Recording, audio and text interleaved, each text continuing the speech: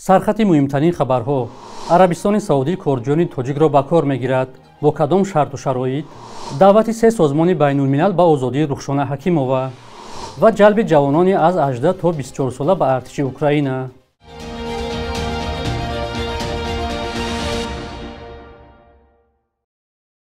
درود بیننده‌های عزیز، برنامه نوید بامدادی را با خبرها از تاجیکستان و جهان از استودیوی رادیو آزادی در دوشنبه تقدیم می‌کنیم. امروز 5 مارس است.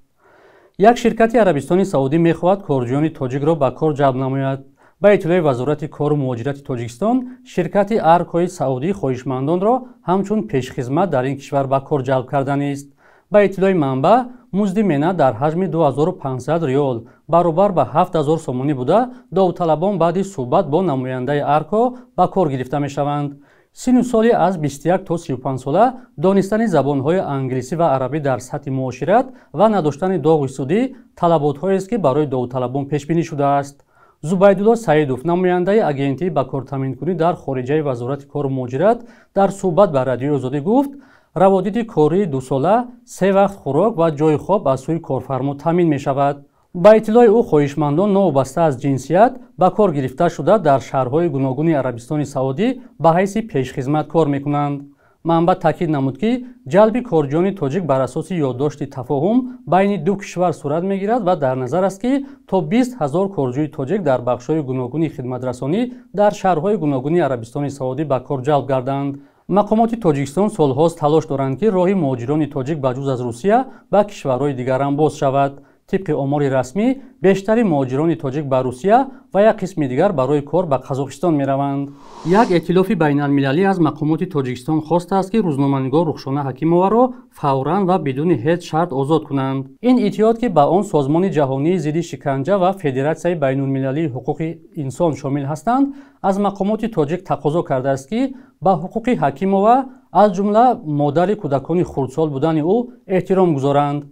دعوت حامیان حقوق از روز 4 مارس ادامه اظهارات به این مضمون از دیگر سازمان و تشکیلات بین المللی حامی حقوق انسان است که از حکم 8 سال حبس خبرنگار 31 ساله در ماه فوریه انتقاد کردند. قبلا دعوت آزاد کردن حکیمووا از جانب سازمان‌های بین المللی دیدبان حقوق بشر، گزارشگران بدون مرز، مخالفان حکومت تاجیکستان و ده‌ها خبرنگار و ساکنان تاجیکستان توسط شبکه‌های اجتماعی صدا داده بود. این اتحاد میگوید تعقیب باز کردن پرونده جنایی و حبس خودسرانه خانم حکیمووا در پی فعالیت کسبی او، از جمله اشتراکش در پرسش حساس سیاسی درباره نفوذ چین در تاجیکستان صورت گرفت که برای سازمان قرقیزستانی بارومتر برپا شده بود. همراه با حکیمووا در این محاکمه کمش 9 کارمند عملکننده و پیشین ساختارهای حکومت، رهبران حزب‌های سیاسی، دیگر چهره‌های معروف جمعیتی و کارمندان ساختارهای قدرتی با جرم خیانت به دولت و تلاش کودتا به مهلتی از 8 تا 27 سال زندان محکوم شدند. مؤلفان اظهارات مثل دیگر حامیان حقوق این پرونده را عاری از دلایل قابل اعتماد نامیدند که هدفش خاموش کردن صدای منقدان و دیگراندیشان میباشد.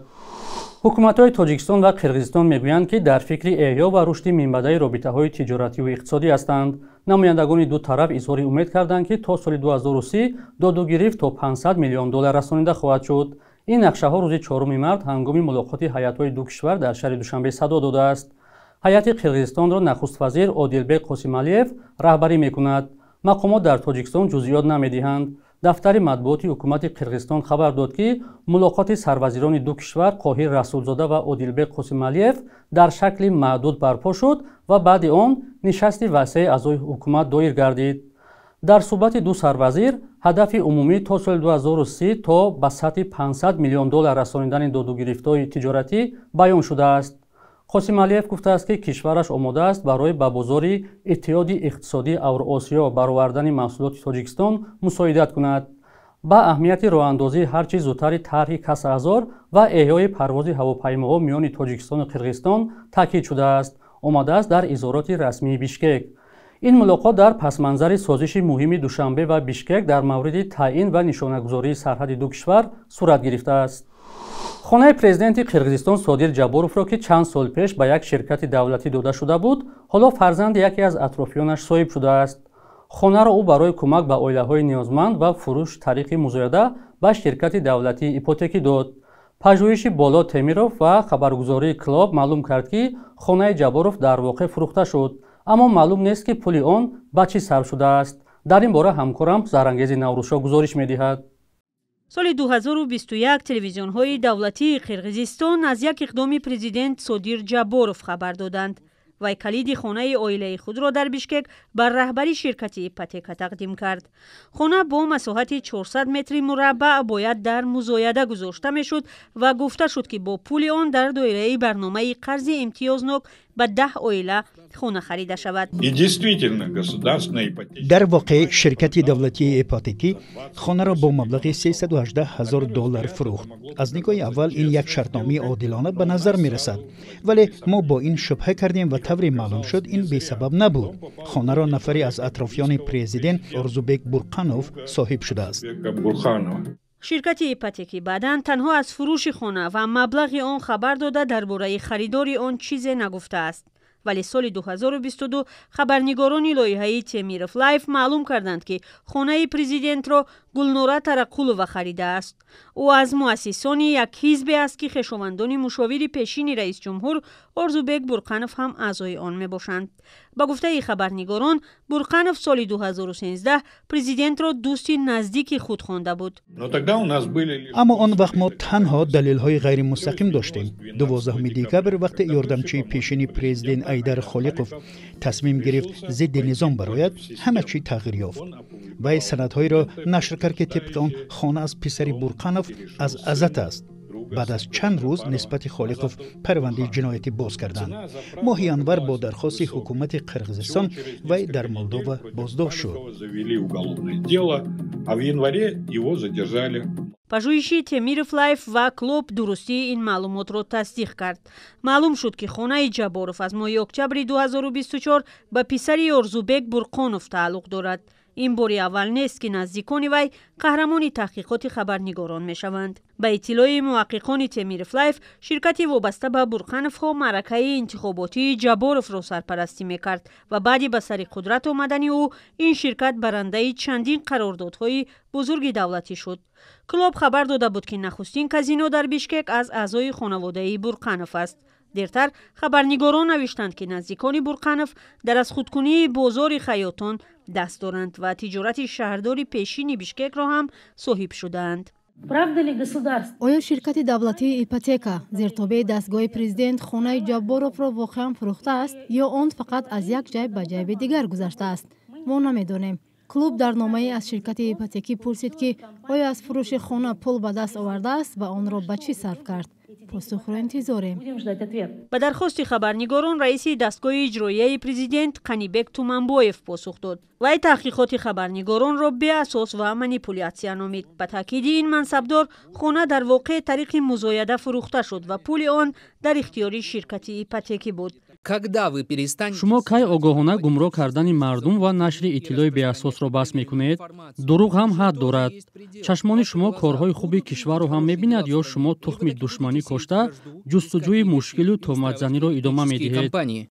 зери ин навиштаи Туманбоев дар бораи хонаи президент дар як рӯз даҳон нафар шарҳ гузошта аз ҳукумат ҷонибдорӣ ва хабарнигорони таҳқиқотгарро сиёҳу танқид карданд.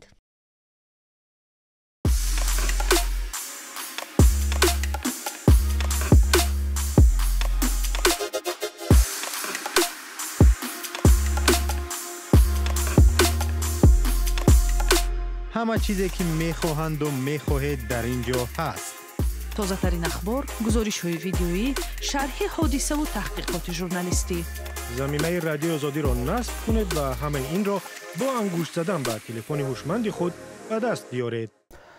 мақомоти Украина то ҳол ҷалби ҷавонони то 24 соларо ба артиш қабул надоштанд, зеро ба гуфтаи онҳо ҷанг метавонад ба камшавии насл сабаб шавад. камбуди шадиди нерӯ барои истодагарӣ дар муқобили Русия мақомоти Украинаро водор кард ки барномаи наверо пешниҳод намоянд. акнун ҷавонони аз 18 то 24 сола метавонанд ихтиёрӣ ба артиш бираванд.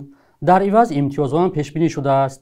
насле ки имрӯз қарор қабул мекунад номи ташаббуси охири ҳукумати Украина аст ки дар ҳаҷми 1 миллион гривна муодили $24,000 имтиёз ваъда медиҳад. ин маблағ аз ҷумла қарзи хонагирӣ бо имтиёз, таҳсили ройгон дар донишгоҳ ва ҳаққи сафар ба хориҷа баъди адои хидматро пешбинӣ мекунад. бар асоси қонунҳои озираи ҷанг дар Украина мардони аз 18 то 60 сола ҳаққи тарк кардани кишварро надоранд. мақомоти вазорати дифои Украина инчунин ба ҷавонони довталаб тамринҳои кӯтоҳмуддат, ҳаққи интихоби маҳалли хидмат ва ҳам ба таъхир гузоштани хидматро дар артиш баъди 25-солагӣ ваъда медиҳанд. бар асоси қарордодҳои пешниҳодии нав муддати хидмат 1 сол мешавад, вале ба иттилои вазорати дифоъ хоҳишмандон метавонанд онро дароз кунанд. дар муқоиса ба қонунҳои озираи хидмати ҳатмӣ, ҳоло сарбозон дар сурати зинда мондан бояд беҳмулат дар артиш бошанд. бахши якрӯзи таърихро ҳамкорамон Хиромон Бақозода омода кардааст, ки таҳввулоти муҳимтарини таърихро дар рӯзи 5 март фаро мегирад.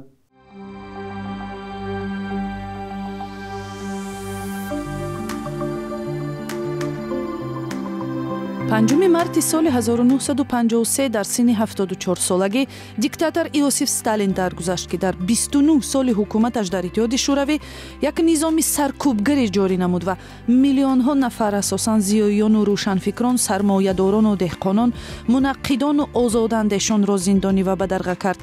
тарафдоронаш ӯро барои ба қавли онҳо пирӯзии Иттиҳоди Шӯравӣ дар ҷанги дуюми ҷаҳон ситоиш мекунанд. дар Тоҷикистон ҳам дар давраи Сталин ҳазорҳо нафар асосан рӯшанфикрону сиёсатмадорон қурбони таъқиботи сталинӣ шуданд. пас аз як давраи маҳкумият дар Русияи Путинӣ, Сталин дигар бора ба симои мусбат табдил дода мешавад. 5 марти соли 2019 бо қарори додгоҳе дар шаҳри Тошканд духтари калонии президенти собиқи Ӯзбекистон Гулнора Каримова ба зиндон интиқол дода шуд. то он замон ӯ 4 сол дар ҳабси хонагӣ буд. Каримоваро дар гирифтани ришваҳои махсусан калон аз ширкатҳои хориҷӣ гунаҳгор карданд. Гулнора Каримоваро, ки замоне вориси падар дар тахти президентӣ мегуфтанд, соли 2020 ба 13 солу 4 моҳи иловагии ҳабс маҳкум карданд. 5 марти соли 2015 дар шаҳри Истанбул Умарали Қувватов, муассиси гурӯҳи 24, як созмони мамнӯъ дар Тоҷикистон, ба қатл расид. барои қатли ӯ гурӯҳи шаҳрвандони Тоҷикистон гунаҳгор шуданд, ки ба қавли созмонҳои ҳомии ҳуқуқ бо дастури мақомот дар Душанбе ин кушторро анҷом доданд. қатли Қувватов мудҳиштарин намунаи таъқиби мунаққидони ҳукумати Тоҷикистон дар хориҷа номида мешавад. субҳ имрӯз дар бонкҳои тиҷоратии Тоҷикистон 1000 рубли русӣ то 123 сомонӣ арзиш дорад. 100 доллари амрикоӣ бошад ба 1085 сомонӣ баробар аст. қурби расмии Бонки Миллии Тоҷикистон барои имрӯз чунин таъин шудааст.